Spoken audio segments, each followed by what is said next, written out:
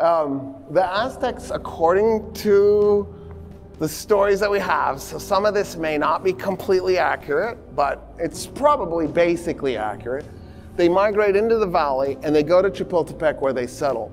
To the north, see it says Tlacopan, and then above that it says Azcapotzalco. They make contact with Azcapotzalco and they basically pledge their allegiance to Azcapotzalco. Azcapotzalco has become a regional power, a regional superpower in the Valley of Mexico. So as long as they're kind of in the good graces of Azcapotzalco, things are okay. And then things go sideways and the Aztecs get attacked and driven off of Chapultepec. And they end up going in a migration around the southern end of the lake until they get, see where it says Culhuacan? It's actually, you gotta go all the way down and then back onto that peninsula that basically divides the southern parts of the lake from the middle part of the lake. They go to Culhuacan. And when they get to Culhuacan, they go to the king of Culhuacan. And they go, we are refugees, we've been migrating for who knows how many years. Will you give us a piece of land to settle? And the Culhuacan decides, yeah, sure, we'll give you this tract of land. It was a really crappy piece of land, poor agricultural output, and the Aztecs are barely scraping a living off of it. The priesthood is furious about this because they don't want this to be the end of the Aztecs, that they're stuck as this permanent refugee population in this really crappy piece of land. So the priesthood, after a few years, comes up with a way to motivate the people. Because the priesthood goes to the people and they go, no, let's move. And the people are like, no, we're sick of moving. Everywhere we go, you get attacked. Everybody hates our guts. We're just stuck in this permanent refugee status. We're done with this. It's a crappy piece of land, but we can barely eke out a living, and that's good enough. And the priesthood's like, no, this is not working for us. We got you. So I don't know how the priesthood pulls this off, but they go on the coast and they get a bunch of boats and they just pull them ashore and just line them up. So there's a bunch of boats on the shore.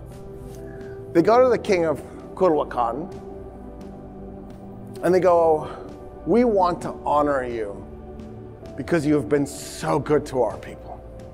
We're desperate, and through kindness, you gave us a chunk of land so that we could have a place. And we can think of no better way to honor you than to honor your daughter, the princess. Would you give her to us so that we can put her into a beautiful religious ceremony to honor you? And the king goes, yes. And he gives them the princess. So if there's no lesson you get out of this lecture other than this one, I think this is the take home. If your daughter is going to be honored, always ask which God first. Just so we're clear. Don't go with yes. Ask questions. Which God did you have in mind again? Because it turns out the priesthood had Hippitotec in mind. Remember the god I told you creeped me out?